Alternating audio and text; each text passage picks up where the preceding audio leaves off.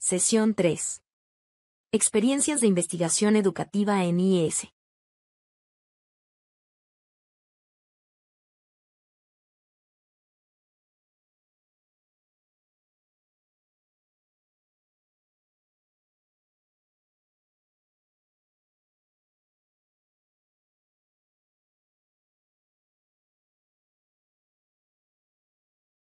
Buenas tardes, maestros, maestras y público en general aquí en México. Buenas noches, España.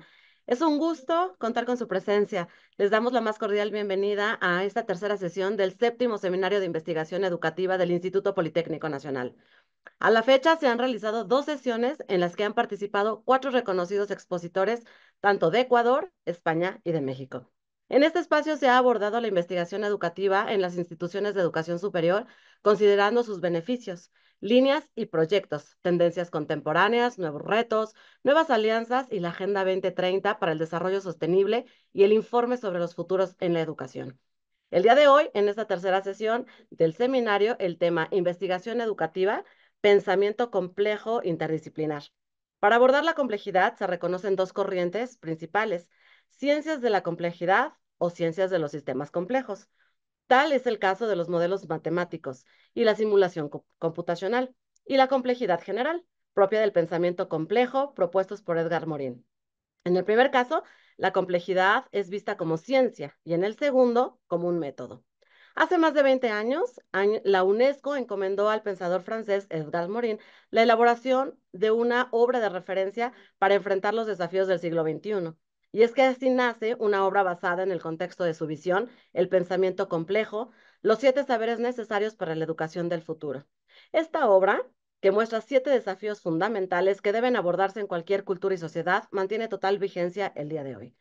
Tanto el pensamiento complejo de Morin como la Agenda 2030 promueven una visión global, integradora y multidimensional para enfrentar los grandes desafíos del mundo contemporáneo, donde la interdependencia y la colaboración son fundamentales para lograr un desarrollo sostenible. En este contexto es que presentamos las ponencias del día de hoy. La maestra Romina Denise Jasso Alfieri, de la Universidad de Huelva, España, expone la investigación educativa interdisciplinar, propuestas desde y para la complejidad. En complemento, el doctor José Carlos Vázquez Parra, del Tecnológico de Monterrey de México, nos presenta la ponencia El pensamiento complejo como una competencia relevante para el uso de herramientas de inteligencia artificial. De antemano agradecemos a nuestro expositor y a nuestra expositora y a las personas que nos acompañan en esta sesión. A continuación se presentan las reseñas curriculares de nuestros ponentes y posteriormente tomará la palabra la doctora Marta Alicia Tronco Rosas, quien en esta ocasión será nuestra moderadora. Adelante, por favor, con las reseñas. Bienvenidos y bienvenidas.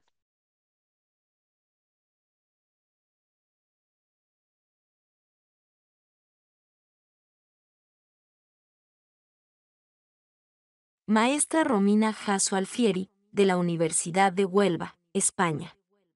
Licenciada en Asesoría Psicopedagógica por la Universidad Autónoma de Aguascalientes. Máster en Inmigración, Desarrollo y Grupos Vulnerables por la Universidad de Huelva, España. Doctoranda en el Programa de Ciencias Sociales y de la Educación de la Universidad de Huelva.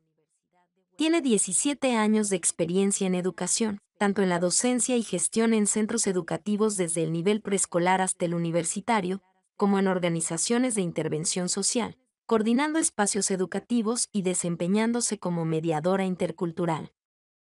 Ha sido profesora en el Departamento de Educación de la Universidad Autónoma de Aguascalientes y, desde 2021, es profesora del Departamento de Pedagogía de la Universidad de Huelva. Colabora en proyectos de innovación educativa, siendo cofundadora del Modelo de las Naciones Unidas de la Universidad de Huelva. Es miembro de los grupos de investigación, Los Sótanos de la Desinformación, de usuarios a terroristas en la sociedad digital y mundialización e identidad. Dr. José Carlos Vázquez Parra, del Tecnológico de Monterrey. Es licenciado en Derecho y en Psicología, así como maestro en Educación y doctor en Estudios Humanísticos. Su labor lo ha llevado a ser invitado como conferencista y ponente en Europa, Asia y América Latina, así como ser reconocido nacional e internacionalmente como especialista en innovación educativa, pensamiento complejo y emprendimiento social. Es miembro del Sistema Nacional de Investigadores de México Nivel 1 y es autor de 21 libros y más de 200 artículos académicos publicados. Actualmente es profesor titular dentro de la Escuela de Humanidades y Educación, así como investigador en el Instituto para el Futuro de la Educación del Tecnológico de Monterrey, Campus Guadalajara. El Seminario de Investigación Educativa en su séptima edición se estructuró en 4 sesiones, donde han participado especialistas del más alto nivel en el área educativa a nivel nacional e internacional como Ilse Carolina Castro Zabaleta de la Universidad Autónoma de México, Sandra Karina Daza Suárez, de la Universidad Técnica de Babahoyo en Ecuador, Mireia Cibí Zaragoza de la Universidad Ramón Llull de Barcelona en España, Silvia André Didot Aupetit, del Centro de Investigación y de Estudios Avanzados, Sinvestab, del Instituto Politécnico Nacional, Ciudad de México. Y en esta tercera sesión tenemos a Romina Denise Jasso Alfieri, de la Universidad de Huelva, España, y a José Carlos Vázquez Parra, profesor investigador del Tecnológico de Monterrey. Nuevamente agradezco a todas las personas asistentes a esta tercera sesión del Seminario de Investigación Educativa que organiza el Instituto Politécnico Nacional, que se realiza en su séptima edición, que estén aquí escuchándonos. Después de escuchar de forma sintética el resumen curricular de nuestra invitada e invitado el día de hoy, quisiera mencionar de manera muy breve algunos aspectos que nos permitirán dar el encuadre a esta sesión. Si pueden poner la lámina, por favor. La dinámica para llevar a cabo este encuadre será la siguiente.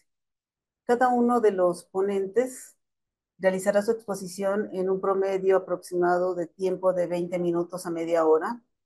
Daremos inicio en esta ocasión con la maestra Romina Jasso y en cuanto termine, daremos la palabra al doctor José Carlos Vázquez Parra con igual tiempo de exposición. Al finalizar estas dos exposiciones, retomaré algunos aspectos de las presentaciones con el propósito de hacer algunos comentarios y preguntas que ayuden al debate para este tema que resulta de gran interés por toda la comunidad politécnica. En forma posterior, se dará lectura a las preguntas y comentarios de las y los asistentes, y si los tiempos lo permiten, podrán hacer sus preguntas de viva voz, por lo que se les invita a preparar cada una de las preguntas y comentarios con el propósito de que sea ágil su participación, solicitándoles para ello alzar la mano. Como ya se mencionó al inicio de esta sesión, esta es la tercera de cuatro sesiones que conforman este seminario, recordándoles que es importante que realicen su registro de asistencia durante esta exposición y porque se les otorgará constancia con el 80% de participación. Finalmente, recordarles que la cuarta y última sesión se llevará a cabo el próximo 12 de diciembre.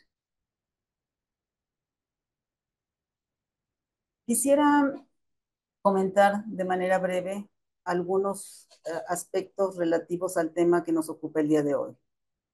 Con seguridad hemos escuchado algunos términos que titulan las presentaciones que van a exponer nuestros ponentes el día de hoy, porque a lo largo del seminario se han revisado conceptos, reflexiones, metodologías, experiencias en torno a lo que es la investigación educativa en las instituciones de educación superior.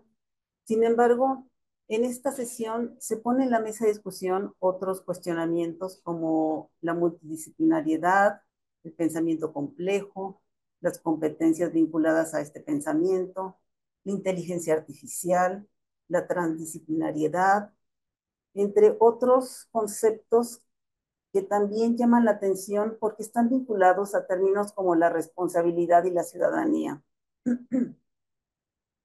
Y la pregunta sería, ¿cómo se entretejen estos conceptos? ¿Por qué abordar por parte de nuestros especialistas el tema del pensamiento complejo? En algunos artículos, entre ellos, nuestra invitada menciona que las metodologías y enfoques epistémicos son cruciales para articular nuevos modos de pensar que sean capaces de ligar y solidarizar conocimientos separados o desmembrados que se prolonguen en una ética de la dependencia y de la solidaridad entre humanos. Elementos de ética, elementos de dependencia, de ciudadanía y responsabilidad, habría que ver cómo se entretejen con este pensamiento complejo. Investigamos mucho en nuestras instituciones educativas sobre formas de acceder al conocimiento, de cómo acompañar estos procesos formativos y aplicar metodologías que sean innovadoras.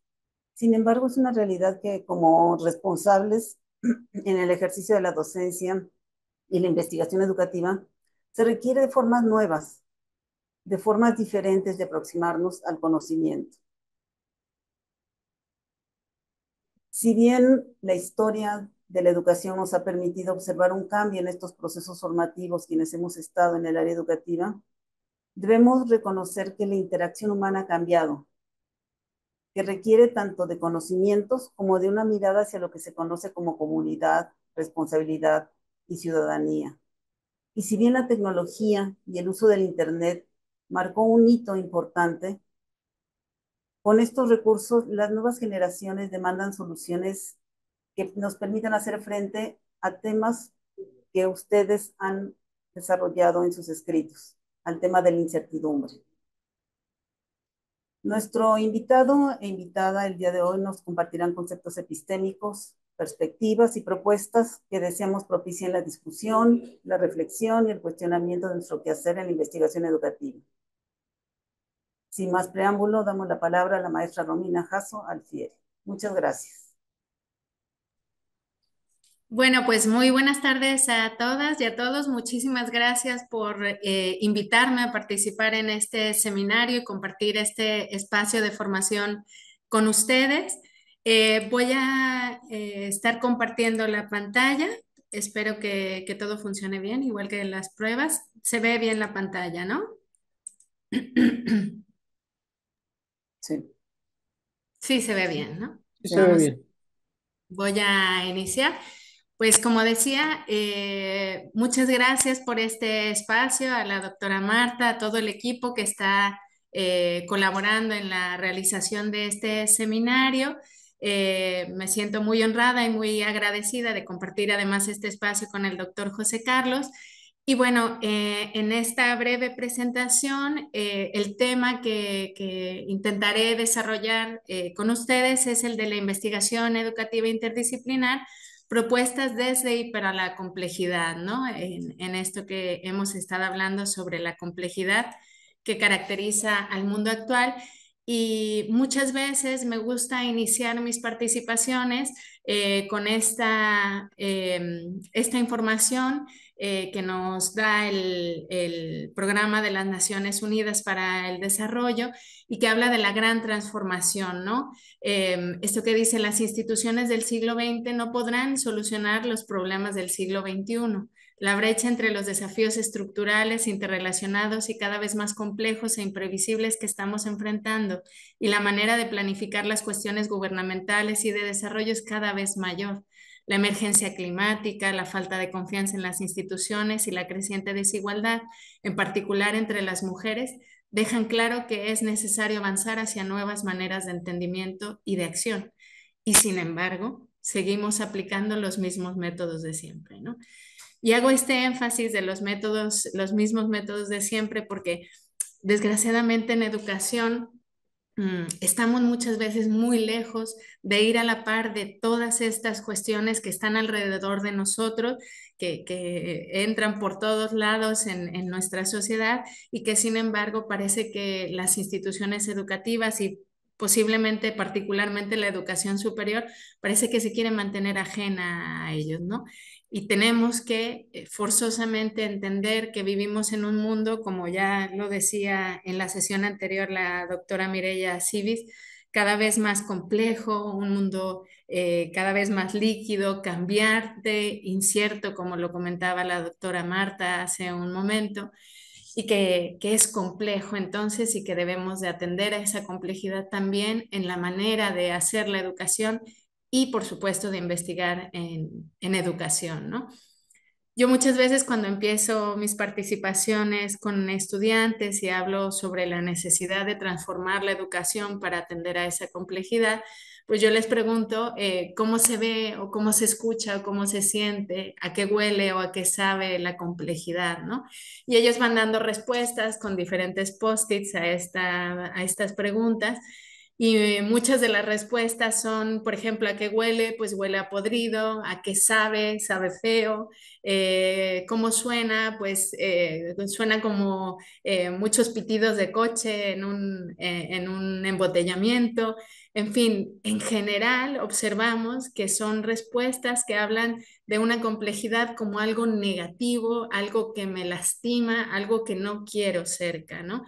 Y esta pues es una situación que nos tiene que ayudar a entender que el alumnado a lo mejor no está siendo apoyado en esa apertura a la complejidad y en ese desarrollo de competencias para enfrentarse a esa complejidad de manera adecuada, ¿no? Esta sería la imagen de cómo yo veo, cómo se ve la complejidad y que puede ser hermosa también, aunque cuesta trabajo, ¿no? Entender todas estas líneas y estas imágenes, estos colores que se entrelazan unos con otros. Y bueno, yo que soy mexicana, a pesar de vivir en España, pues yo cuando pienso a qué huele o a qué sabe la complejidad, pues pienso en el mole, ¿no? Con sus veintitantos ingredientes y que es difícil de paladear, ¿no? Pero que una vez que ya tiene uno el paladar hecho a él, pues es una cosa maravillosa, sabrosísima, que casi que nada en el mundo se le puede igualar, ¿no? En sabor y en lo rico que es, ¿no? Entonces, bueno, a partir de estos ejemplos, me permitiré retomar precisamente a este gran autor, Edgar Morin, que habla de qué es la complejidad bueno, él nos dice a primera vista es un tejido de constituyentes heterogéneos inseparablemente asociados que presentan la paradójica relación de lo uno y de lo múltiple. Es efectivamente un tejido de eventos, acciones, interacciones, retroacciones, determinaciones, azares que constituyen nuestro mundo fenoménico, y así es que la complejidad se presenta con los rasgos perturbadores de la perplejidad, de lo enredado, lo inextricable, el desorden, la ambigüedad y la incertidumbre. O sea, y esto vuelvo a traerlo aquí para decir, vivimos en este mundo con todas estas características tan complejas, tan difíciles de enfrentar y de atender, y por lo tanto estamos obligados desde la educación a dar respuesta y ayudar a que nuestros estudiantes y nuestros compañeros pues estén listos para enfrentar a esta situación, a esta complejidad y hacerlo de la mejor manera posible, ¿no? Y si nos queda alguna duda, ya como también se ha venido hablando, pues los objetivos de desarrollo sostenible de alguna manera presentan también esta complejidad en la cantidad enorme de desafíos que nos presentan para mantener un mundo que cada vez tiene más necesidades y más dificultades y que requiere de nosotros, de nuestra acción para sostenerse, ¿no? Y Edgar Morin también con otros investigadores habla de la necesidad de que a partir de esta concepción de la complejidad, pues trascendamos las barreras disciplinares y trabajemos en relación con otros, ¿no? En relación con otros expertos de diferentes áreas que nos ayuden en este trabajo interdisciplinar a poder atender esa complejidad que se nos presenta y que de ninguna manera puede ser atendida desde una sola disciplina, ¿no? A partir de todo esto, dicho anteriormente, es que planteo en esta ponencia y a partir de todo ello, que tenemos que pasar entonces a un nuevo paradigma educativo y también a una transformación de la investigación en educación, ¿no? Desde qué investigar, para qué estamos haciendo cuando investigamos y qué objetivo perseguimos. Si es una cuestión puramente de algo que decir para poder hacer publicaciones y demás, a si realmente estoy investigando en educación para transformar la educación y para que estemos cada vez más preparados para enfrentar pues esta complejidad, ¿no? Y pasar, por lo tanto, en esta investigación del esto funciona o no funciona, a decir, pues, ¿cómo podemos hacer para que esto funcione mejor, para que se aprenda mejor, para que lo que hagamos nos haga ser mejores ciudadanos y vivir pues en mejor armonía, ¿no? En el grupo de trabajo, en los grupos de trabajo con los que yo colaboro en la universidad, en los proyectos de innovación, hemos entendido que la investigación educativa se puede hacer y es extraordinaria cuando se hace a partir de la innovación educativa y también para ella, ¿no? O se puede ver desde otro punto de vista como la innovación educativa como investigación. Entonces, trabajamos desde dentro de nuestras asignaturas y desde dentro de nuestra acción educativa en la universidad, también con un enfoque de investigación, pero con la intención de que los resultados de esta investigación a la vez nos den herramientas para seguir mejorando en nuestra innovación, ¿no? Y bueno, como digo aquí, ¿por qué? Porque frente a la complejidad requerimos procesos a largo plazo, ¿no? Es algo que hemos entendido muy bien. La investigación y la innovación educativa no son cosas que se pueden hacer a la ligera ni a corto plazo. Necesitan un inicio, un desarrollo y un final que luego tiene que volver a ser inicio para que realmente sigamos avanzando y vayamos haciendo procesos de mejora continua y de formación, ¿no? También tratamos de responder a esta complejidad haciendo estudios desde dentro de la labor educativa y para transformarnos. Y hablo de transformarnos porque en educación no solo transformamos nuestras maneras, nuestras metodologías, nuestros materiales o recursos, sino también nos vamos transformando a nosotros mismos y nuestras relaciones, ¿no? Desde un proceso de investigación, acción participativa, donde hay un trabajo colaborativo entre pares muy importante, y en este entre pares, yo quisiera hacer énfasis en decir entre pares, profesores unos con otros, pero también entendiendo como pares a nuestros estudiantes, ¿no? El estudiante, la estudiante tiene mucho que decir y mucho que compartir en estos procesos de innovación y de investigación, y su participación es fundamental para que se sigan en los procesos de mejora continua, ¿no? Por supuesto, hay una retroalimentación constante y algo interesante, ¿no? que creo que podemos poner sobre la mesa. En la sesión pasada, la doctora Silvia Didó decía que es delicado esa idea de la investigación tan contextual y tan dentro de los centros educativos, ¿no? Y por supuesto consideramos esto porque a pesar de que hacemos esta innovación y esta investigación desde dentro y para transformarnos, pues siempre estamos también con los ojos puestos fuera, analizando otros casos, colaborando con otras instituciones dentro y fuera de España, y pues solicitando también apoyos externos de la localidad, pero también del país y de otras instituciones para seguir mejorando, ¿no? Y bueno, esta imagen que presento aquí es solo para recordar que hablamos de investigación, acción participativa, porque son procesos complejos que se van actualizando cada vez, ¿no? Voy de la reflexión a la planificación, paso a la acción, la observación y vuelvo a la planificación. Y por lo tanto, como vemos aquí en las imágenes, requiere un proceso, como decía antes, a largo plazo, que se va a ver plasmado en los ejemplos que voy a compartir a continuación, ¿no? Voy a presentar dos proyectos de innovación que se han vuelto también proyectos de investigación en los que yo colaboro. Uno de ellos en relación y con la colaboración maravillosa de la doctora Miriam Codes Valcarce y también de la doctora María del Carmen Morón. Ellas propusieron inicialmente esta formación hacia la interdisciplinariedad en la formación de maestras y maestros, con la intención de hacer una propuesta de innovación en la que formamos maestras y maestros para que se enfrenten al reto de trabajar de forma globalizada o integrada en el aula. Como ustedes pueden ver aquí, somos profesionales de áreas sumamente distintas, ¿no?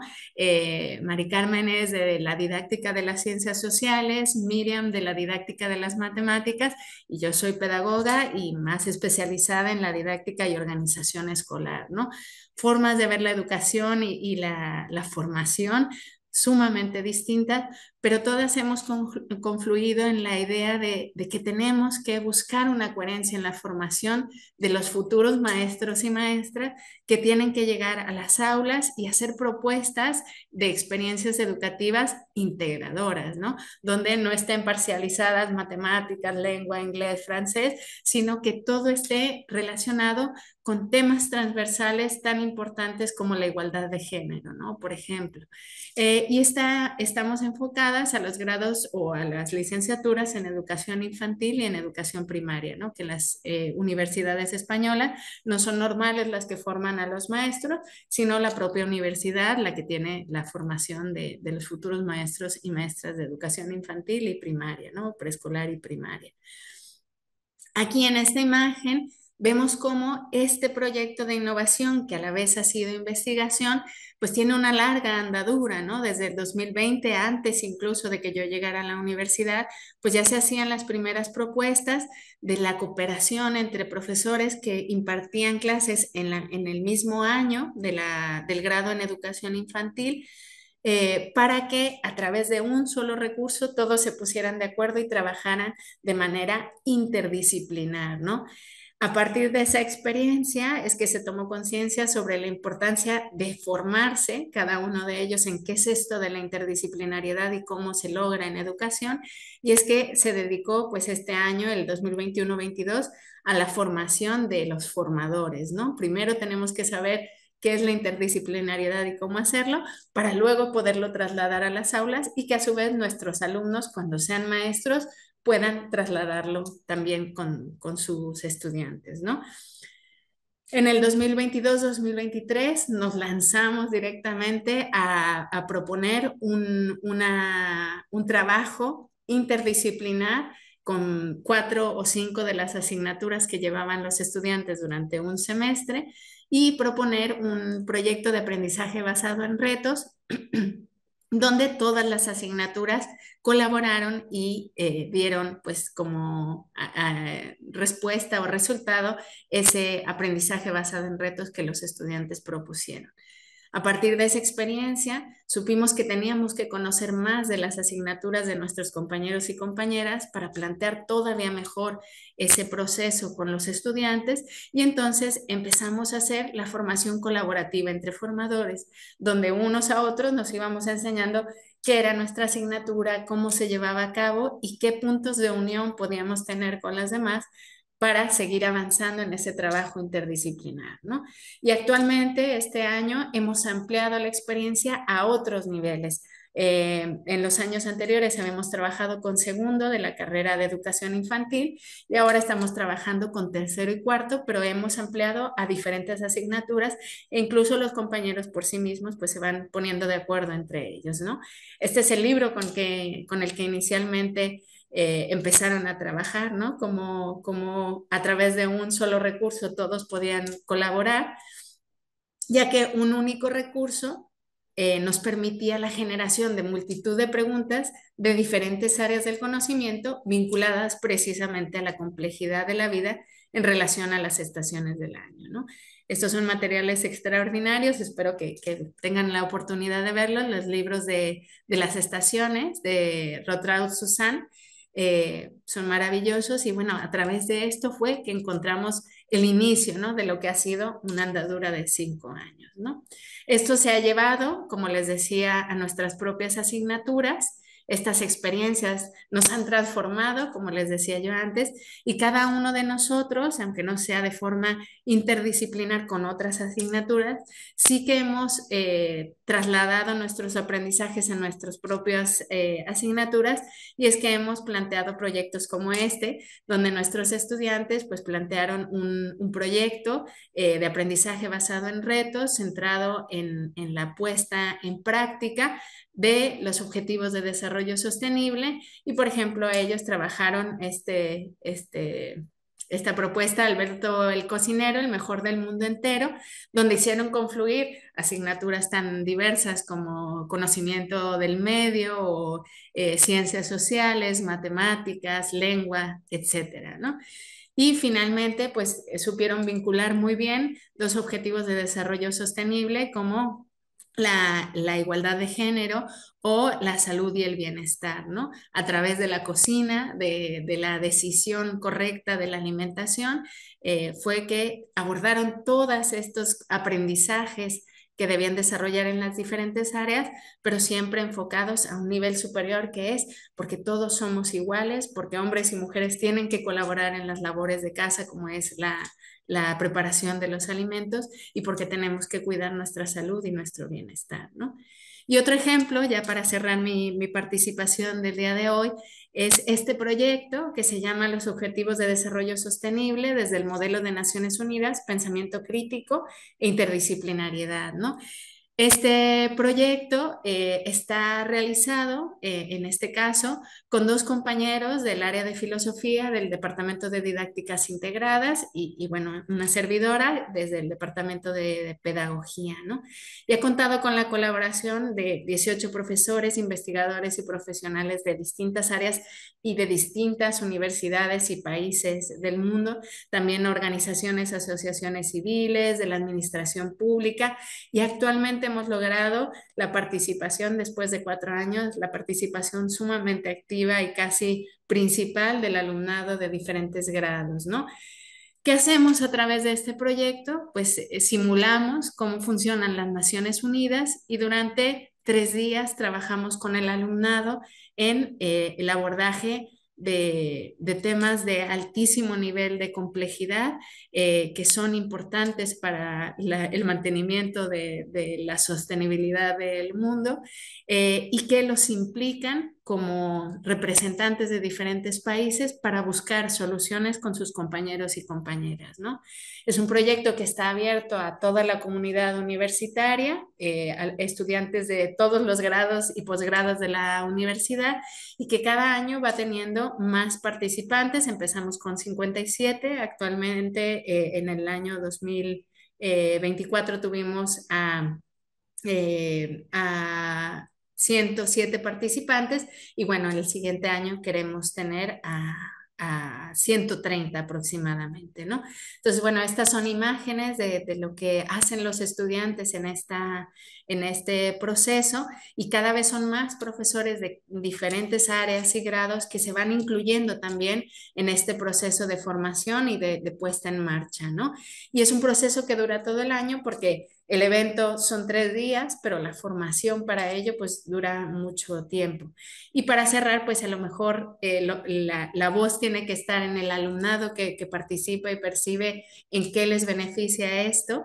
Y me cierro con una participación de ellos, ¿no? Está copiado y pegado directamente de la retroalimentación que ellos nos han dado. Fue una de las mejores experiencias que he tenido en la universidad, espectacular, ha sido una experiencia maravillosa, brillante oportunidad para formarse, debatir temas interesantes, defender posturas opuestas a nuestra ideología personal, empaparnos de diferentes culturas, y sobre todo me llevo gente impresionante de esta experiencia. Estoy deseando repetirla el año que viene, y bueno, muchas más que se quedan aquí en la presentación y que pues con gusto compartiré, y han nacido a partir de ellos pues varios artículos, capítulos del libro, pues muchas resultados de investigación que están abiertos para ser investigados y revisados por todos ustedes si están interesados. Pues muchas gracias por su escucha, y dejo el espacio para mi compañero. Muchas gracias, maestra Romina Jasso. Agradecemos mucho su participación y a continuación damos la palabra al maestro José Carlos, al doctor José Carlos Vázquez Parra. Muchas gracias. Muchísimas gracias y bueno, muchas felicidades, Romina, muy, muy interesante lo que has compartido. Bueno, déjenme, les voy a compartir pantalla. Aquí está. Agradecería mucho si me pueden decir si ya se ve. Sí, ya se ve, Sí, perfecto. se ve Sí, bien. se ve la presentación. Perfecto, muchísimas gracias. Bueno, pues voy a comenzar primeramente. Muy buenas tardes a todas y a todos. Muchas gracias a la Dirección de Formación e Innovación Educativa del Instituto Politécnico Nacional por la posibilidad de este espacio. La verdad es que es un honor estar aquí con todas y todos ustedes. experiencias Es que hay un micrófono por ahí abierto. y redes de investigación. No, me silenciaron a mí. Ahí está ya, perfecto. Ok, bueno, primeramente me presento y me describo por si alguna o alguno de ustedes tiene algún tipo de debilidad o discapacidad visual. Soy José Carlos Vázquez Parra, soy un hombre mexicano de rasgos latinos, de 41 años, con barba, cabello negro y el día de hoy visto una camisa a cuadros con un saco negro. Mis pronombres son él y para él. Bueno, este tiempo, esta tarde, la quisiera aprovechar para que reflexionemos sobre un tema que es muy relevante, yo creo que ahorita para todas las instituciones en el mundo, que es el tema de la inteligencia artificial y la educación. Considerando lo que nos ha platicado Romina, bueno, voy a tratar de ser muy concreto y enfocarme en el tema así como muy a línea, ¿no? Hay que tomar en consideración, y lo reconozco, que hay muchas herramientas de inteligencia artificial que factiblemente tú ya conoces, pero para esta charla me voy a basar en la que usualmente utilizan nuestras y nuestros estudiantes, que es una inteligencia artificial generativa de lenguaje, de manera concreta, ChatGPT. ¿Sí? Que es como que la que más se usa hoy en día por nuestras y nuestros estudiantes. Bueno, empezamos. Primeramente, y lo tomo directamente desde Wikipedia, ¿sí? ¿Qué es ChatGPT? Bueno, ChatGPT, según Wikipedia, es una aplicación de chatbot de inteligencia artificial desarrollada en 2022 por OpenAI, que se especializa en el diálogo. Es un chatbot de modelo de lenguaje ajustado con técnicas de aprendizaje, tanto supervisadas como de refuerzo. Fíjense, algo interesante y que lo menciona Wikipedia es que ChatGPT, aunque parece que llevamos una vida conviviendo con él, realmente se lanzó el 30 de noviembre del 2022 y ha llamado la atención por las respuestas que está generando y cómo ha evolucionado. Para el 4 de diciembre de ese año, del 2022, ya se calculaba que había más de 1 millón de usuarios. Y para un año después, para el 6 de noviembre del 23, prácticamente se hablaba de 100 millones de usuarios cotidianos y que manejaban ChatGPT de manera semanal. ¿Por qué lo traigo de Wikipedia? Porque van a decir, ¿cómo? ¿Por qué una conferencia y traer Wikipedia? Bueno, porque realmente no tiene sentido dedicar tiempo a reformular algo que ya es del dominio público. Un año. Bastó solo un año el uso de esta herramienta de inteligencia artificial para no solo volverse en algo cotidiano, sino también que sobre todo por su velocidad de adopción, se convirtió en un reto para una gran parte de las instituciones educativas. En unas semanas vamos a cumplir 2 años de que existe ChatGPT. Y hoy por hoy, la visión que teníamos de lo que iba a ser se quedó extremadamente corta. Fíjense, en este par de años, y la verdad es que el changuito está muy bien elegido por los nervios que nos genera este tema, ¿sí? Realmente el uso de las herramientas de IA ha llevado a que la academia se generen dos tipos de reflexiones, que es lo que voy a abordar el día de hoy. Primera reflexión, y que quiero que ustedes se pregunten, ¿cómo acelerar la adopción de estas herramientas tecnológicas en las personas como parte de un proceso educativo? Yo creo que lo primero que se nos generó la idea es cómo hacerle, o sea, si ya tenemos la herramienta, ¿cómo le hacemos para adoptarla en nuestras instituciones? Bueno, fíjense que según el informe del futuro del empleo 2023 del Foro Económico Mundial, la inteligencia artificial va a poder realizar muchos trabajos que hoy en día realizan las personas. Entonces, y para esta primera postura, ¿cómo hacer que las personas, cómo hacer que nuestras y nuestros estudiantes puedan utilizar con mayor cotidianidad estas herramientas? Fíjense, desde esta línea de análisis, muchas universidades alrededor del mundo arrancaron una carrera enloquecida, es casi esquizofrénica, para adoptar la IA en todas sus profesiones y mallas curriculares. Prácticamente nos dijeron, como docentes, hay que agregar IA a nuestras materias. Prácticamente yo no dudo que a muchas y a muchos de ustedes su institución les haya dicho o les haya dado una línea de trabajo en ese sentido. Hay que agregar IA, hay que agregar IA. Sin embargo, Y conforme esta herramienta ha ido evolucionando, bueno, evolucionando en un par de años, que es lo que llevamos con ella, nos damos cuenta de que adoptar IA, digo, realmente es bastante sencillo. ¿Por qué? Porque es muy intuitiva y a nuestros estudiantes les encanta. Pero algo que también hemos notado es, ¿podemos sumar IA a las aulas como si aprendieran una paquetería de Office? Es decir, ¿puedo meter IA como sería meter Excel? Y esto nos lleva a cuestionar la primera pregunta. ¿Por qué? Porque tú puedes agregar Excel en un aula si tus estudiantes no cuentan con habilidades básicas de matemáticas, si no cuentan con pensamiento numérico suficiente. Puedes agregar el uso de paquetería Word si la persona no sabe escribir o no sabe usar bien el idioma. Bueno, algo parecido nos está pasando con el uso de la IA cuando se ve como una adición. Hay que adicionar a IA a como de lugar y nos estamos enfrentando a este problema. Por otro lado, ahí está, y lo vuelvo a sacar de Wikipedia para que no se preocupen por las referencias. Numerosos estudios han señalado que ChatGPT es propenso a tener errores fácticos y que exhibe sesgos lingüísticos de género, raciales y políticos. Y eso lo dice Wikipedia, ¿sí? Fíjense, en sus inicios, cuando ChatGPT seguía en proceso de perfeccionamiento, es decir, hace año y medio, podríamos decir, esta herramienta no podía precisar cuántos ojos tenía un caballo. Esto lo documentó Ye-Hin Chua de la Universidad de Washington, quien al preguntarle a ChatGPT hace unos años cuántos ojos tenía un caballo, el chatbot le dijo que tres, uno a cada lado de la cabeza y uno en la frente. Y eso está documentado, está documentado.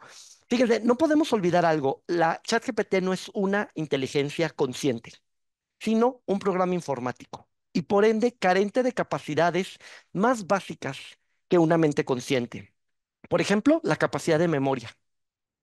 Incluso, para quitarme las dudas, le pregunté a ChatGPT en su versión más racional, ¿no? En la versión más pro, que es el ChatGPT O1 Preview, y eso es lo que me contestó, ¿no? Le pregunté, ¿tienes inteligencia consciente? Y ahí está en la diapositiva, ¿no? Me respondió, hola, no poseo conciencia ni memoria como los seres humanos. Funciono procesando información y generando respuestas basadas en patrones en los datos como fui entrenado. Pero bueno, ¿qué tan grave puede ser que ChatGPT no sepa cuántos ojos tiene un caballo? Bueno, realmente si tú no sabes que es un caballo, pues sí puede ser muy grave. Pero si tú sabes que es un caballo, pues que te diga que tres, dices, ah, ChatGPT se equivocó. Sí, se equivocó porque no tiene sentido. Pero ¿qué pasa cuando las respuestas son más complejas? Y fíjense que esta nota me encanta. Hace un año, un abogado de los Estados Unidos fue juzgado de mala praxis cuando a la argumentación de su demanda fue realizada por ChatGPT con algunas imprecisiones, entre las cuales prácticamente ChatGPT inventó todos los precedentes legales. ¿Qué tan grave es esto? Bueno, para un abogado, lógicamente es muy grave. Sí, tal vez lo de los ojos del caballo no tanto, pero en este caso sí es muy grave. Fíjense, yo tengo un colega que es especialista en IA que se llama Juan Alberto Amezquita y él dice que a ChatGPT le encanta alucinar, ya que es capaz de darte información imprecisa e incluso falsa e inventada cuando sencillamente no es capaz de atender lo solicitado. A esto le llamamos confabulación o alucinación. Y entonces lo que hice fue preguntarle también a ChatGPT qué pensaba sobre este tema y ChatGPT me lo puso ahí, ¿no? Las alucinaciones en modelos de lenguaje como yo ocurren porque genero respuestas basadas en patrones aprendidos de una gran cantidad de datos textuales. No tengo conciencia ni comprensión real del mundo, por lo que a veces puedo producir información que suena plausible, pero que es imprecisa o incorrecta.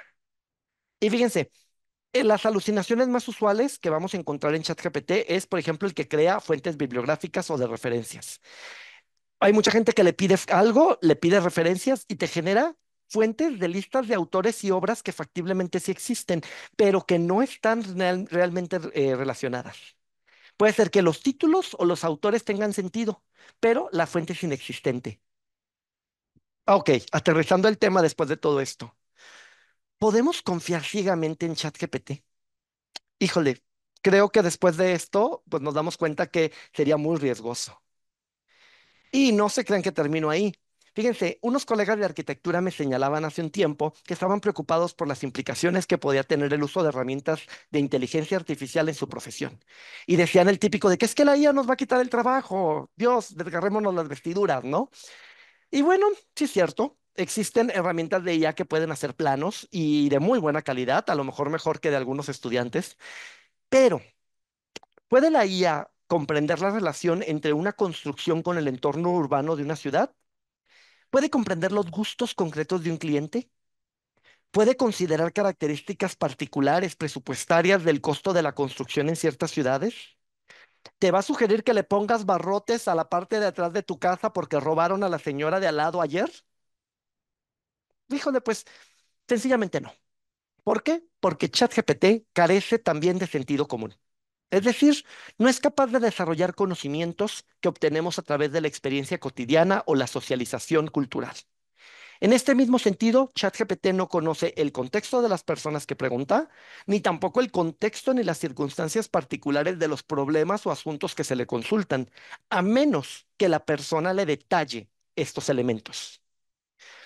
Aún así, no va a tener la capacidad de comprender la realidad en la que se inserta o sobre la que gira la interrogante.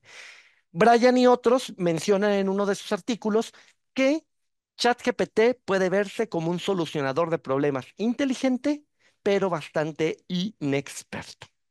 En ese sentido es que, y lo ponemos ahí, lo subrayo porque me llamó mucho la atención, de que el mismo ChatGPT nos dice que la aportación de las personas es necesaria e insustituible.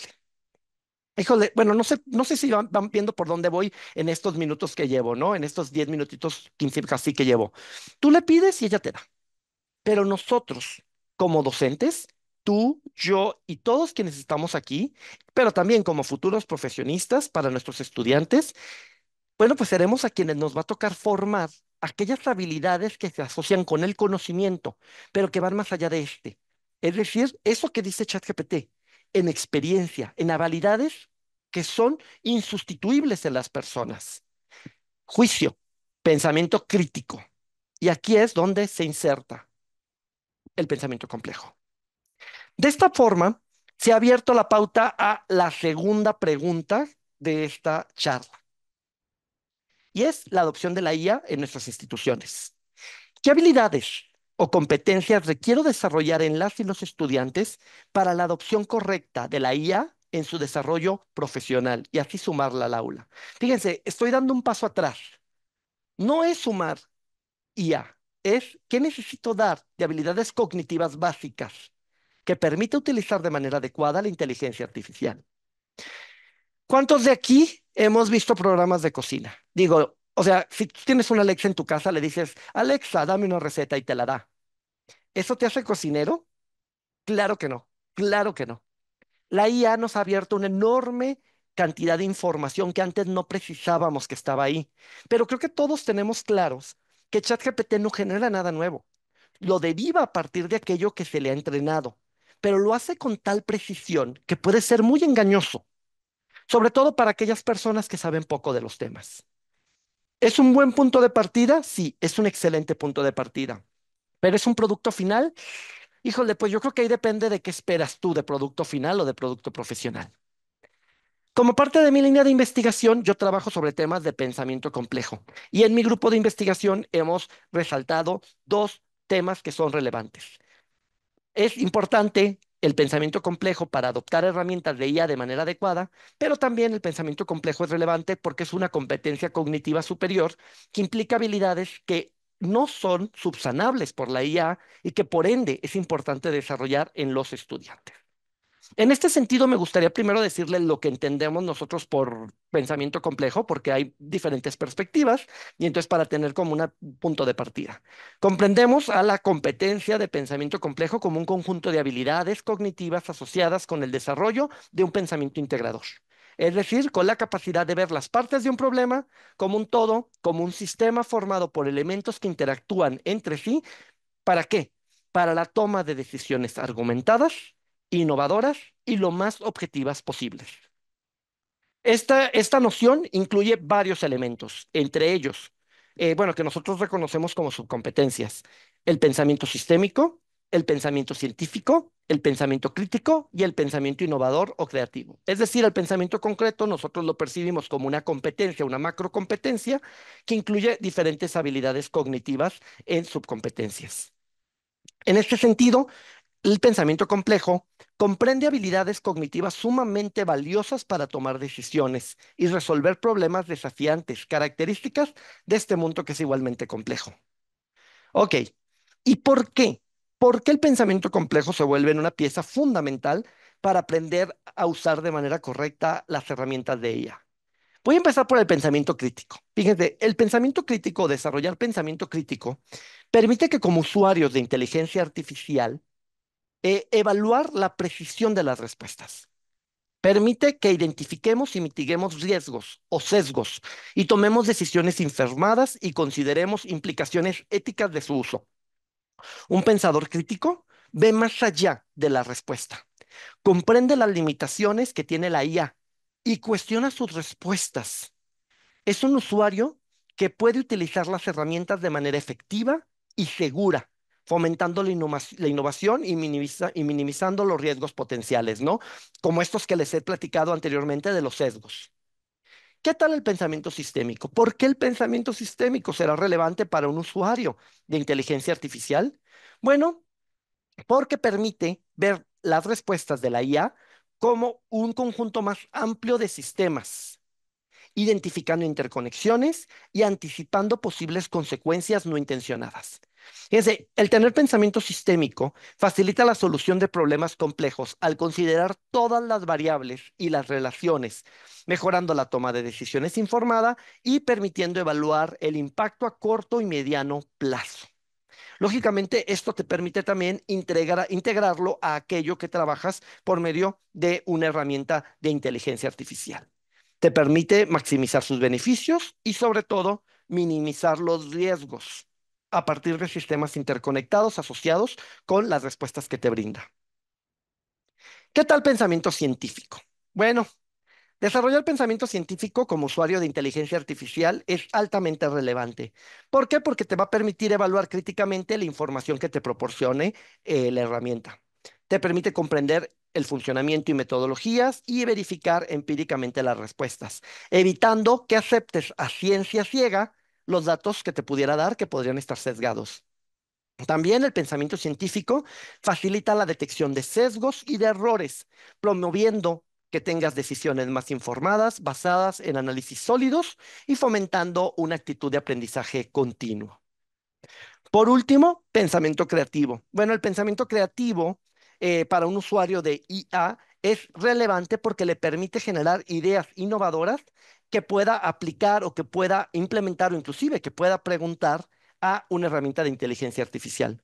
La creatividad facilita la adaptación a nuevos avances tecnológicos, mejora la interacción humano-IA y contribuye a abrir puertas a aplicaciones en nuevos campos como el arte, la música, superar limitaciones tecnológicas y generar ideas disruptivas, maximizando realmente lo que se puede hacer con una herramienta de inteligencia artificial. Bueno, estas son aproximaciones que quería hacer sobre cómo la competencia de pensamiento complejo se vuelve en un punto fundamental para la adopción de herramientas de inteligencia artificial. Pero, ¿por qué será relevante el contar con un buen nivel de pensamiento complejo? ¿Por qué será importante promoverlo en nuestras y nuestros estudiantes?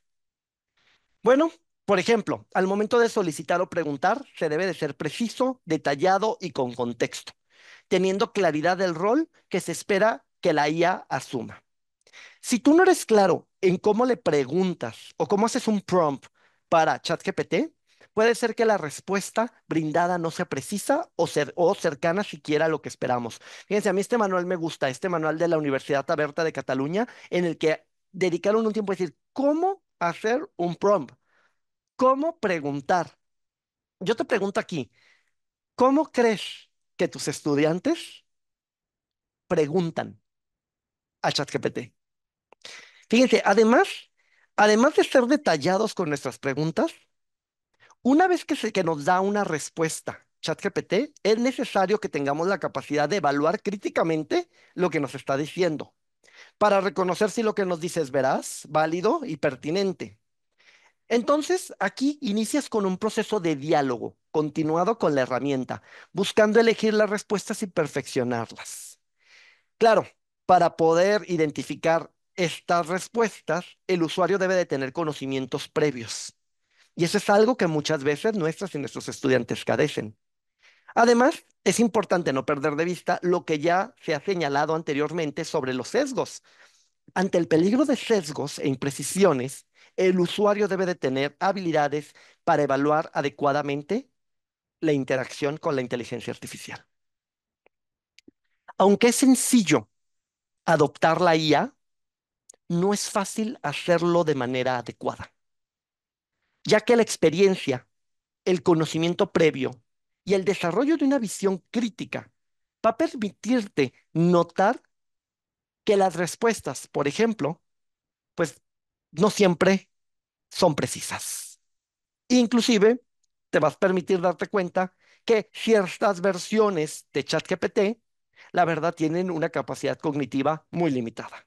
¿Sí? Ahora sí hablo de las versiones porque no es lo mismo jugar con este que les estoy mostrando que con el 3.5 que realmente te da unas respuestas muy malas. ChatGPT no puede resarcir en los estudiantes el que estos tengan conocimientos básicos, ni tener sentido crítico. Por lo que la experiencia y el dominio de contenidos, así como la capacidad de asociación de información, terminan volviéndose puntos insustituibles en un individuo que es competente. En este sentido, el formar en pensamiento complejo se vuelve en algo tan relevante, ya que considera el desarrollo de habilidades cognitivas que la IA no consigue subsanar. Y si subsana, por lo menos no lo hace en un nivel de desempeño suficientemente avanzado. Es decir, se queda en niveles un tanto básicos, que digo, no quiero decir mediocres porque no quiero ofender a ChatGPT, pero sí se queda en un nivel bastante, bastante básico en cuanto al desarrollo de este tipo de habilidades cognitivas. Bueno, por cuestión de tiempo, es necesario ir cerrando, por lo que quiero concluir señalando que formar en el uso de IA debe de acompañarse de una reflexión y análisis de toda la comunidad académica. Hay que evitar falsas creencias, hay que evitar estereotipos, hay que evitar miedos y visiones tradicionales que no abonan a las grandes oportunidades de esta herramienta. Como universidades, como docentes, debemos ser el primer entorno, debemos de ser las y los primeros en mostrar apertura a los cambios y a la flexibilidad en este mundo incierto, ya que las y los estudiantes que están en nuestras aulas serán las y los profesionistas de un futuro, pero de un futuro muy incierto y además muy complejo, requiriendo una verdadera formación a lo largo de la vida. No solo nos enfoquemos en adoptar y en meter IA a nuestras aulas, enfoquémonos en enseñar a usar inteligencia artificial. Preocupémonos por dar un paso atrás y desarrollar habilidades y competencias que sean necesarias para el uso correcto, eficiente y ético de las nuevas tecnologías. Bueno, por mi parte sería todo. Muchísimas gracias y bueno, pues espero haya sido de su interés. Ahí les incluyo mi correo y mi QR con mi LinkedIn por si a alguien le interesa algo de lo que ahí ando haciendo. Dejo de compartir. Muchísimas gracias a la maestra Romina, al doctor José Carlos Vázquez. Estas pláticas en realidad han sido muy, muy rápidas. En verdad nos dejan una serie de elementos importantes que quisiera retomar de manera muy breve porque tenemos algunas preguntas que han causado mucha inquietud e interés entre las personas que están atendiendo esta plática. Yo creo que se ha hablado desde la parte de las características de lo que es el pensamiento complejo y la importancia de aplicarlo no solo en la parte educativa, sino en la vida diaria. En las nuevas generaciones, cuando observamos en estas comunidades estudiantiles el uso de estas tecnologías que la pandemia nos propuso, nos obligó de alguna forma a adoptarlas, revisamos de qué manera nos pudimos incluso transformar la didáctica la presencia, que al final de cuentas las habilidades que se pueden desarrollar en la parte del estudiantado no pueden proporcionar los sistemas tecnológicos como el Internet, la Wikipedia y estos sistemas, porque la parte que ya han comentado, las habilidades cognitivas de discriminación, la flexibilidad, los criterios, el juicio, la ética, son aspectos que los mismos sistemas tecnológicos no nos pueden dar. Llamó mucho la atención también que una frase que señaló el doctor José Carlos sobre el aspecto informático del chat, en la parte del sentido común. Y lo más importante que a mí me pareció fue la parte de que no acumula conocimientos. Generalmente las personas aprendemos a partir de la experiencia. Intentamos aprenderlo porque a veces no lo hacemos de manera consecuente, pero la experiencia sobre ciertos aspectos son fundamentales que estos sistemas tecnológicos no tienen.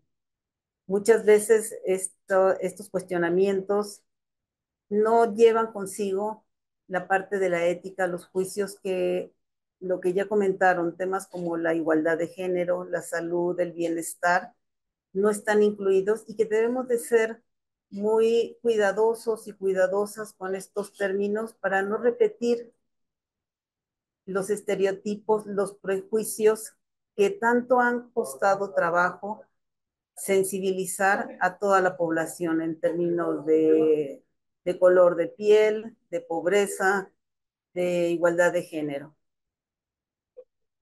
Tengo una pregunta que quisiera presentársela a los dos para que nos pudieran dar algunos elementos. Nos señalan en algún momento que cómo puede la educación superior fomentar el enfoque interdisciplinario que se pueda alinear a los principios del pensamiento complejo. Y si la maestra Romina nos pudiera abonar también en términos de la interdisciplinariedad sobre esta misma pregunta, se lo agradeceríamos.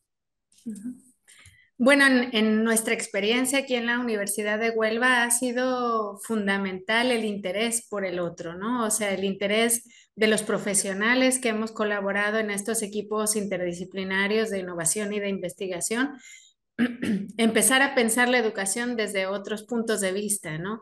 Y entender que nuestra labor no está solamente en que el estudiante aprenda de nuestra asignatura, ¿no? Sino que esté formado adecuadamente para enfrentarse al mundo y a la vida y que desarrolle de forma correcta su profesión, ¿no? Este es el caso, por ejemplo, del proyecto de la doctora Miriam Codes, ¿no? Ella, como formadora en matemáticas, podría perfectamente haberse enfocado a que los estudiantes supieran muy bien de didáctica de las matemáticas y, sin embargo, desde hace tiempo venía pensando en lo importante que era que hubiera una coherencia entre la formación del estudiante dentro de la universidad para que a través de esa experiencia interdisciplinar fuera capaz de trasladarla también a su labor educativa como profesional ya en las aulas, ¿no? Entonces es fundamental que las y los profesores universitarios tengamos esa conciencia de la formación de nuestros estudiantes para el mundo y para una profesión completa que por supuesto trasciende las barreras de nuestras disciplinas, ¿no?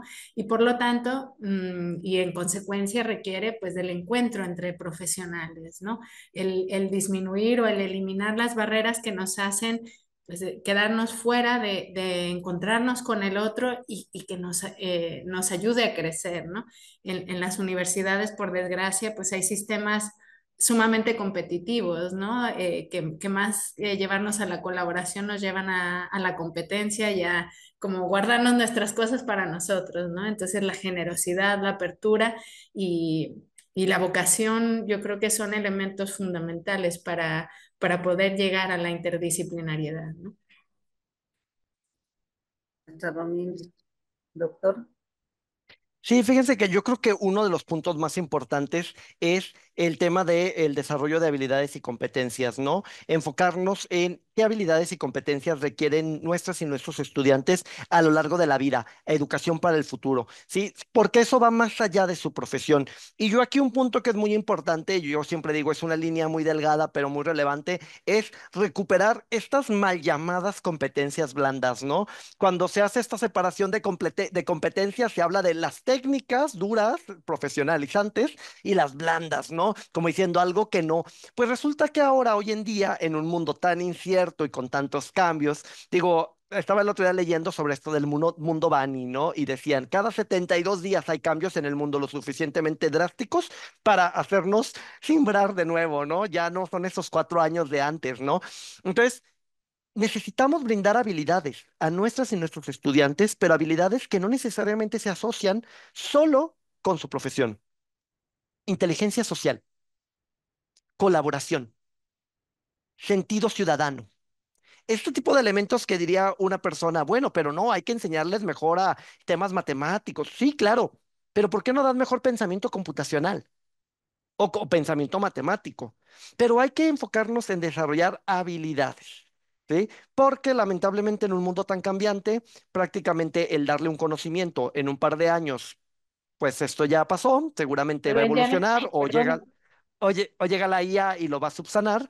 Em, pero también para el tema de la Se le multidisciplinaridad. olvide Janet, de su aparatito. Sandra tiene abierto su micrófono y le estamos escuchando todo. Este, bueno, entonces el tema es ¿no? La multidisciplinaridad, la interdisciplina, se puede solventar o se puede ser mucho más sencilla para nuestras y nuestros estudiantes si desarrollamos en ellas y en ellos habilidades que estén asociadas a su persona, a su visión de futuro, no tanto a su profesión como tal. Muchas gracias. Resulta muy interesante estos elementos que nos están proponiendo en el tema educativo y en el tema personal. El basamento que tenemos de las habilidades no se adquieren finalmente en cualquier lugar. Me imaginé un poco cómo construir una casa con palitos o cómo poder cerrar en estos temas eh, de habilidades que se requieren y que son necesarias para la vida cotidiana. Tenemos muchas felicitaciones para ambos y quisiera leer algunas de las preguntas que nos están dando. La primera sería, ¿cuáles son los obstáculos que se presentan entre los participantes al abordar la realidad o fenómeno desde la interdisciplinariedad? ¿Y cuál sería su propuesta de incorporar la interdisciplinariedad en el currículum? Esa pregunta la hace Estela Zavala Pérez. Cualquiera que quiera señalar. Bueno, en nuestra experiencia en la universidad y en el trabajo que hemos venido desarrollando, lejos de encontrar limitaciones o defectos en el aprendizaje, en este trabajo interdisciplinar, ha sucedido lo contrario, ¿no? En el resultado del trabajo con los estudiantes, lo que ellos nos indican es un desarrollo más profundo de los aprendizajes, tanto de esos elementos transversales que hemos puesto en la base del trabajo interdisciplinar, como de las propias asignaturas, porque de alguna manera lo que se trabaja es el sentido del aprendizaje de esas asignaturas para la resolución, por ejemplo, de un reto. Entonces, al plantear un reto que trasciende las disciplinas, ese reto requiere que aprendas muy bien de cada una de ellas, pero a la vez que hagas que todos esos aprendizajes confluyan para dar respuesta a una situación compleja, difícil y que te reta, ¿no? Que te requiere para hacer algo al respecto. Entonces, en nuestra experiencia, en el uso de metodologías activas para llevar a cabo precisamente esos procesos, hemos visto que se ha potenciado tanto el aprendizaje propio de las asignaturas como tal, como esa serie de competencias transversales de las que hablaba precisamente el doctor José Carlos, ¿no? Y que de alguna manera se ha enfatizado también algo que es fundamental, que es el interés del estudiante por seguir aprendiendo y por profundizar y por entender que son parte de su carrera, ¿no? Que no tienen que esperar hasta terminar la universidad para sentirse cómodos en lo que hacen y sentir que pueden enfrentarse a lo que tienen que hacer como profesionales, ¿no? Sino que ya lo van haciendo en el proceso. Muy distinto a cuando trabajamos de forma parcial y segmentada, como normalmente estamos acostumbrados, ¿no? Y eso, la seguridad que les genera y el compañerismo, el trabajo en equipo y la sensación de que los profesores son también compañeros y colaboradores, ha sido una experiencia extraordinaria, ¿no?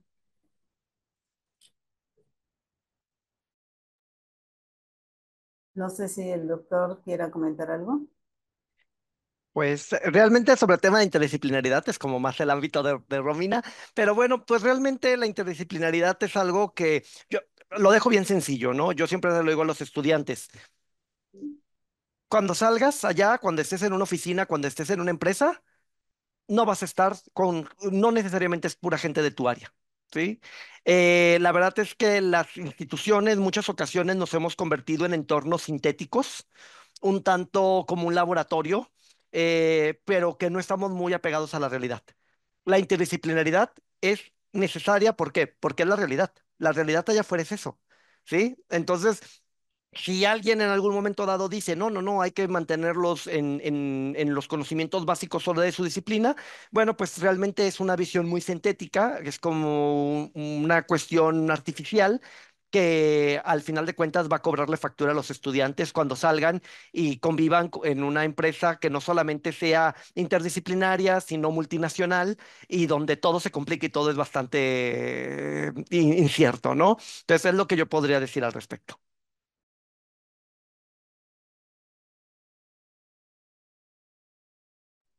Muchas gracias. Tienes un Tenemos micrófono. otra pregunta muy interesante del doctor Reinaldo Rocha, de aquí del área de investigación. Pregunta, ¿ya tenemos resultados con diseños experimentales que reporten el uso de la inteligencia artificial en el aula? ¿Cuáles son las primeras conclusiones? A ver, ¿me lo puedes repetir de nuevo, nada más para precisar? Ya tenemos resultados con diseños experimentales que reporten el uso de la inteligencia artificial en el aula. ¿Cuáles son las Ok. primeras conclusiones?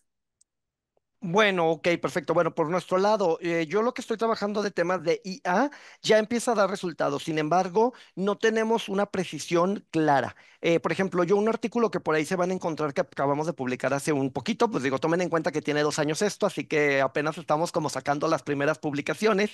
Es sobre percepción. Yo trabajo mucho sobre la percepción, porque para mí el que un estudiante desarrolle una habilidad, pero no se perciba competente, puede ser lo mismo a no desarrollarla. Entonces, para el uso de la inteligencia artificial, nosotros estamos implementando un instrumento que nos permite evaluar cómo es que las y los estudiantes se perciben en cuanto a su nivel de competencia en el uso de estas herramientas, qué tan relevante consideran que es para su profesión aprenderlo y una que es bien padre, qué tan relevante consideran que es el que la institución les forme en herramientas de IA. ¿Sí? ¿Qué es lo que encontramos? ¿Qué es lo que hemos encontrado hasta este momento? Bueno, sí hay una apertura de parte de las y los estudiantes que creen que la IA es un tema muy importante para su futuro profesional, pero algo que, bueno, por lo menos lo que hemos encontrado en estos primeros grupos es que no están muy de acuerdo en que la institución preste tanta atención al tema de la IA. Hicimos focus group con estudiantes de resultados de esta encuesta y lo que nos decían era que se ha deformado un poco la idea de que la IA es una herramienta para alcanzar un cierto nivel de competencias y conocimientos, pero que las universidades lo han puesto al centro. O sea, en lugar de nosotros ver la IA como una herramienta para alcanzar un objetivo, lo vemos como vamos a enseñar IA. Y entonces esto a los estudiantes no les está cayendo muy bien, dicen que no es tan guay, entonces la verdad es que ha vuelto complicado. Esto es lo que nosotros hemos estudiado, esto es lo que ahorita nosotros estamos presentando de resultados. Yo no dudo que haya muchos estudios sobre temas de IA. Claro, es muy importante que tengamos en cuenta algo antes de salir corriendo a buscar en Scopus artículos de IA. Cambia tan rápido la IA que muchos de los artículos que apenas ahorita se están publicando están basados en versiones muy básicas de inteligencia artificial. Entonces, hablan de resultados que ahorita con las nuevas versiones ya no tienen sentido. Entonces, nada más yo ahí les pido mucho, ahora sí, pensamiento crítico. Por favor, hay que tener mucho pensamiento crítico al momento de leer textos y váyanse directamente a la parte de metodología y analicen cuándo se hizo la implementación. A partir de ahí van a poder tener una mayor conocimiento y precisión de si lo que realmente están leyendo sirve. O sea, ahora sí, perdón que lo diga por mis colegas, pero sí sirve, porque si ya es muy viejo, pues ya eso ya no sirve para nada, ¿no? Entonces, es lo que podría decir. Creo que respondí. Tenemos más preguntas. Mencionan que, ¿qué habilidades cree que serán fundamentales para los jóvenes que enfrentarán un mundo en constante transformación? ¿Qué habilidades serán fundamentales para los jóvenes? Siguiendo la línea de yo creo que de ambas intervenciones y de todo lo que hemos estado planteando, algo que creo que es fundamental es la toma de conciencia y la toma de contacto con la complejidad, ¿no? La capacidad de ponerse frente a la complejidad y de ser capaces de verla en su totalidad, pero también de ir entresacando aquellas líneas que generan todo ese conjunto, ¿no? O ese nudo de elementos que nos llevan a esa situación compleja, ¿no? La capacidad, por supuesto, de trabajar con los otros, ¿no? De colaborar con los demás, de negociar, de profundizar y la puesta en marcha, como decíamos, del pensamiento crítico, ¿no? O sea, crítico que no crítico, ¿no? No se trata de criticarlo todo y de desconfiar de todo, porque no se puede vivir de esa manera, pero sí de reflexionar y de pensar sobre las cosas y de profundizar, de encontrarse con el otro y de tratar de buscar respuestas que vayan más allá de lo evidente, ¿no? Y eso es algo fundamental actualmente ante pues, la cantidad enorme de información, ¿no? La inteligencia artificial, por ejemplo, puede darnos todas las respuestas, pero no puede profundizar en resolver ciertas situaciones que van mucho más allá de respuestas simples, ¿no? Como los grandes conflictos o el horror del medio ambiente, ¿no? Y para eso tenemos que estar los seres humanos listos para reflexionar y para colaborar los unos con los otros, ¿no? Y dentro de esta complejidad, pues por supuesto la transferencia. O sea, aquello que yo aprendo en un lugar, ser capaz de transferirlo a otros espacios y de ponerlo en marcha. Y eso es fundamental y es un motor de trabajo que también utilizamos en el trabajo interdisciplinario, ¿no? Entonces yo creo que ambos pueden ser como elementos centrales en lo que se requiere de los estudiantes y de todos nosotros en el siglo XXI. Sí, yo quisiera pues agregar a esto, digo, ahora sí que yo desde lo mío, ¿no? No voy a hablar de competencias que no trabajo, pero bueno, yo creo que un punto fundamental es el mismo pensamiento complejo como una visión integradora, ¿no? Hay que tomar en consideración que mucho de lo que vamos a tener en el mundo, y más en un mundo tan incierto, en donde a un estudiante, a un joven le llega muchísima información. O sea, nuestras y nuestros estudiantes tienen acceso a muchísima información que nosotras y nosotros cuando estudiábamos en los 90, ya dije mi edad casi, o en los 80, no teníamos acceso a tanta información. Entonces, yo creo que aquí un punto que es muy importante en un mundo tan incierto, es la capacidad integradora, es decir, esa capacidad de ver mucha información para poder precisarla en conclusiones concretas. Y una habilidad que a mí me encanta, digo, yo tengo formación en ética y que yo creo que es muy valiosa, es la capacidad de diálogo. Es decir, inclusive el diálogo no solo con seres humanos, sino inclusive el diálogo que se puede construir, por ejemplo, con un modelo generador de lenguaje de IA como sería ChatGPT. No basta, como le decía hace un momento, con preguntarle que te responde y ya lo corto, lo pego y lo pongo. Por eso nos llegan los trabajos tan feos de los estudiantes. Si los estudiantes supieran usar realmente la inteligencia artificial y dialogar con ella, no nos daríamos cuenta cuando nos entregan los trabajos hechos por IA, pero nos damos cuenta porque la usan mal, la usan chafa. Entonces, ese es un problema muy grave. Yo les digo algo, alguien podría decir ahorita, ¿cómo? Pero es que, miren, si promoviéramos que nuestros estudiantes usaran la IA, pero la usaran bien, híjole, ya les habríamos hecho una gran ayuda en nivel profesional, porque tendrían pensamiento crítico, sabrían dialogar, sabrían diferenciar si algo es cierto o no. O sea, si ustedes lo consideran, realmente son muchas habilidades que les van a servir más adelante. Claro que no lo hacen porque son flojos y terminan las cochinadas que nos llegan a veces a las clases, ¿no? Pero bueno, eso es lo que podría decir. Siguiendo con el tema de la ética, un investigador también pregunta que, ¿qué lugar queda para la neutralidad axiológica en la investigación educativa? ¿Qué lugar queda para la búsqueda de la reproducibilidad, la replicabilidad y la generalidad como valores que antiguamente eran universales en la ciencia? Em, yo diría que una cosa no quita la otra, ¿no? O sea, por supuesto que la investigación cuantitativa y la investigación a gran escala, pues sigue siendo importante y sigue siendo necesario llevarla a cabo, ¿no? Sin embargo, sí creemos y en nuestra propia experiencia lo hemos visto muy claramente que no es suficiente con eso, ¿no? Y que muchas veces nos hemos enfocado demasiado en esos grandes números, ¿no? Y en esas comparativas que muchas veces pues nos llevan a errores porque no contextualizamos lo suficiente, ¿no? O no tenemos en cuenta otros elementos que no pueden venir de la investigación puramente cuantitativa, ¿no? Entonces, nosotros lo que enfatizamos es que tenemos que conjuntar tanto lo cuantitativo como lo cualitativo y en procesos a largo plazo donde realmente estemos todos implicados, ¿no? Y donde los resultados pues tengan un sentido para seguir trabajando y mejorando. Y por supuesto, el mantener siempre la relación con otras instituciones, otros grupos que estén haciendo cuestiones similares para seguir avanzando no solo en yo para mí conmigo mismo, ¿no? Porque a veces eso se vuelve un proceso muy negativo, ¿no?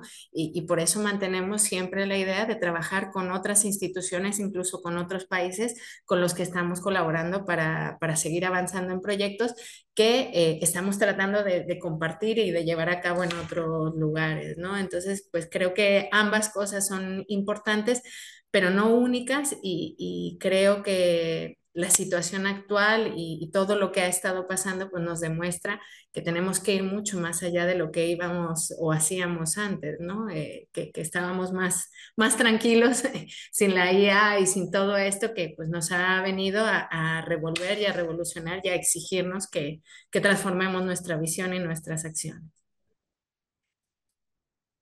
Perfecto. Y bueno, yo complementando un poco, yo nada más quiero complementar un poco en cuanto al tema de esta separación entre lo cuanti y lo quali. Fíjense, la verdad que no importa si hacemos un estudio cuanti o quali a nivel revistas, digo, a nosotros nos llegan de todos los estilos. Yo lo único que siempre preciso es lo hagas cuanti o lo hagas quali, pero hazlo bien y hazlo bien metodológicamente, ¿no? Yo creo que uno de los mayores riesgos que a veces nos pasan, porque a mí me llegan muchos artículos a revisión y que me llegan análisis cualitativos que, por ejemplo, no dicen cómo se hizo la interpretación, las categorizaciones que se utilizaron, la validación de cómo se llevó a cabo, meten entrevistas, bueno, hacen algo, yo siento que a veces se respaldan en que es cualitativo y falta la calidad metodológica. Entonces yo lo único que digo es eso, lo hagas cuanti, lo hagas quali, todo es completamente válido para revistas Q1, Q2, no hay ningún problema, pero tienes que tener precisión metodológica, porque es lo que se espera de un artículo a ese nivel. Por otro lado, en el sentido ético, yo creo que algo muy importante de toda investigación y no solamente investigación educativa es el poner a las personas en el centro. A mí me encantó mucho algo que nos mostraba Romina de los objetivos de desarrollo sostenible. Yo creo que la investigación y todo lo que hagamos tiene que tender a resolver un problema, porque ¿saben qué? Y yo a veces se los digo, pues no vivimos discúlpenme, pero no vivimos en Dinamarca, ¿no? O sea, estamos bueno, nosotros en Latinoamérica y hay muchos problemas, tenemos muchos problemas sociales. Y entonces lo mínimo que tendríamos que hacer es que todo lo que hagamos tienda a resolver algo, tienda a acercar, tienda a reflexionar, tienda a ver por las personas. Yo estoy completamente en contra de la investigación que le llamo investigación de vaca, porque es investigación que lo único que hace es pasar conocimientos de un estómago a otro, de rumiantes, ¿no? No, la investigación tiene que tener impacto. Si lo que estás haciendo es una búsqueda bibliográfica de un tema que a nadie le importa y que simplemente estás refriteando algo que ya hizo alguien más, ¿sabes qué? Mejor no lo mandes a una revista, porque es desgastante en ocasiones, ¿no? Entonces yo creo que ahí tiene que ver un tema ético muy importante. Lo que hacemos, ¿a quién impacta? Y si lo podemos asociar con los objetivos de desarrollo sostenible, que es algo que ahorita Scopus ya lo está haciendo, digo, genial, es lo que podría decir. Pues vamos cerrando con esta charla tan interesante, tan polémica, tan reflexiva. Y una última pregunta para cerrar ya.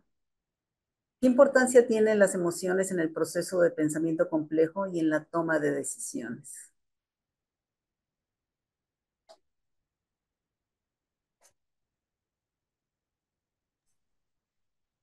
Bueno, perdón por tomar yo siempre el micro primero. Adelante si quieres empezar. Una de las experiencias y de las conclusiones más interesantes que hemos encontrado en estos procesos que he compartido con ustedes hoy es justo la importancia de las emociones, ¿no? De nuestros estudiantes, o sea, emocionar, enganchar al estudiante a través de algo que le da sentido a aprender, ¿no? Y eso ha sido fundamental para lograr la implicación del alumnado. Por ejemplo, en el modelo de Naciones Unidas, ¿no? Esto es algo en donde estudiantes de todas las carreras de la universidad participan, gente de derecho, de historia, de estudios ingleses, o sea, de carreras tan distintas entre ellas, de ingenierías, de ciencias ambientales, o sea, tenemos gente de todos los grados que se unen por un fin en común que es tratar de resolver un problema mundial de alto nivel, ¿no? Y que les importa y que de alguna manera hace que se sientan como enfocados a hacer algo al respecto durante 3 días. Les comparto además que el primer día de presentaciones y de inicio de los debates, porque es un proceso de debate, de negociación, tienen que traer una investigación muy profunda hecha. El primer día no pueden consultar Internet en todo el día. O sea, en todo el día durante los debates no pueden consultar sus teléfonos ni sus ordenadores con Internet, ¿no? Todo tienen que traerlo ya investigado. Entonces, está abierto el micrófono. El lograr que ellos quieran hacer esto y estar ahí, estén tan enfocados y se formen durante meses previos al evento, es porque están emocionados y porque sienten que ellos pueden compartir algo y que lo que van a aprender ahí, que lo que van a hacer ahí, merece la pena, ¿no? Y es algo que ellos necesitan porque nuestros chicos y chicas al día de hoy, si no les emociona algo, bueno, pues están donde tienen que estar porque están obligados, pero nada más allá de lo recontra indispensable, ¿no? Entonces, creo que si siempre ha sido importante la emoción para el aprendizaje, actualmente y en las condiciones en las que nuestros estudiantes están aprendiendo y desarrollando sus profesiones, es fundamental que estén implicados emocionalmente y que le vean un sentido a eso que están haciendo para hacer un cambio, ¿no? Porque creo que a pesar de que a veces los vemos como flojos e indolentes, realmente muchos de ellos están verdaderamente preocupados por su futuro, ¿no? Y ven un futuro desolador en muchos casos y de una incertidumbre enorme. Y cuando les dices, tú puedes hacer algo, o sea, tú eres un joven y puedes hacer algo, no es solo que puedas, es que tienes que, ¿no? Tienes que implicarte, tienes que participar y se ven ahí, hace una diferencia enorme y los transforma realmente, ¿no? Y creo que en eso, pues José Carlos tiene toda la razón, ¿no? Es un deber ético de todo profesor, sobre todo universitario, de todo profesional de la educación, enfocar los esfuerzos para ir más allá, ¿no? No solo para nuestras asignaturas, no solo para aprender bien las competencias que están dentro de nuestra guía o de nuestro programa de materias, sino para la vida, para el mundo, para transformar. Sí, fíjate, yo quiero completar esto, muchas gracias, Romina. Yo quiero completar esto diciéndole lo mismo que ya les había dicho hace un momento, percepción, ¿no? Si me googlean, no se preocupen, ya quité todo lo malo mío ahí, pueden googlearme perfectamente, pero si ustedes me googlean van a encontrar que la mayoría de mis publicaciones y de mis estudios se basan en la percepción, ¿sí? ¿Y por qué la percepción? Porque no, yo te invito a que te pongas a pensar en tus estudiantes, en esas y en esos que tienes enfrente en tus aulas o al rato que vas a dar una clase, ¿no? Y piensa, cuando terminan mi clase, ¿se perciben conocedores del tema o no? ¿Por qué? Porque tú puedes dar la mejor clase de tu vida. Yo doy una clase que amo y me apasiona y doy mi clase súper bien, pero si al final ellos no lo perciben así, se te cae el teatro. Entonces, la percepción, la emotividad de las y los estudiantes es fundamental. ¿Por qué? Porque tú puedes ser el profesor o la profesora más bueno o buena de tu institución, pero si las y los estudiantes no te perciben como tal, podría ser que al final ellos adquieran el conocimiento, pero no sepan cómo usarlo.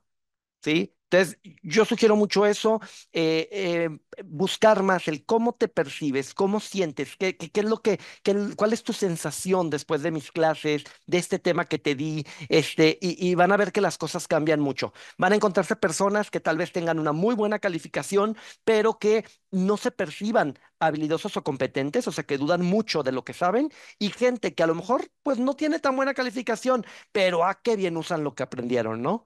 Y eso tiene que ver mucho con las emociones. Pues el tiempo se pasa muy rápido cuando hay temas tan relevantes, reflexivos, necesarios para este quehacer. Agradezco mucho la posibilidad de que estuvieran aquí en esta sesión. Solamente me resta agradecer a las personas que siguen en el chat y quisiera mencionar y hacer entrega de la constancia para la maestra Romina Denise Jasso Alfieri, a nombre del Instituto Politécnico Nacional, a través de la Dirección de Formación e Innovación Educativa, se otorga la presente constancia a la maestra Romina Denise Jasso Alfieri por haber participado como ponente con el tema Investigación Educativa Interdisciplinar, propuestas desde y para la complejidad en el marco del 7º Seminario de Investigación Educativa en el Instituto Politécnico Nacional.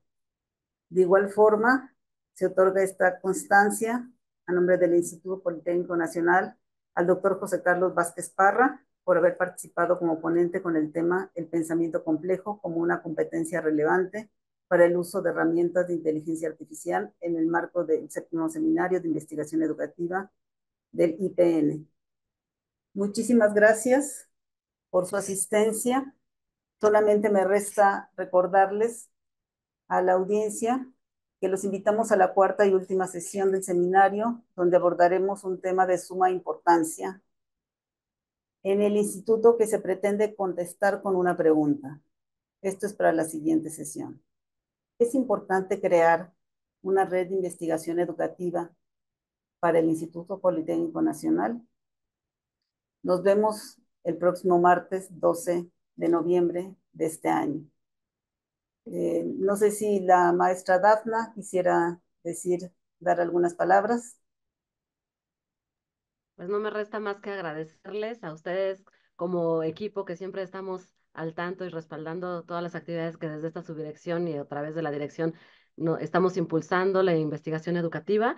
Gracias Marta, gracias Ángel, gracias Mari y a todo el equipo de investigación y a ustedes, José Carlos, Romina, agradecerles muchísimo. Te estamos desvelando un poco, no es tanto, Romina. Ojalá que descanses después de esta ardua plática. Muchas gracias por todo. Gracias, José Carlos. En breve estaremos en contacto con ustedes para invitarlos a nuevos proyectos.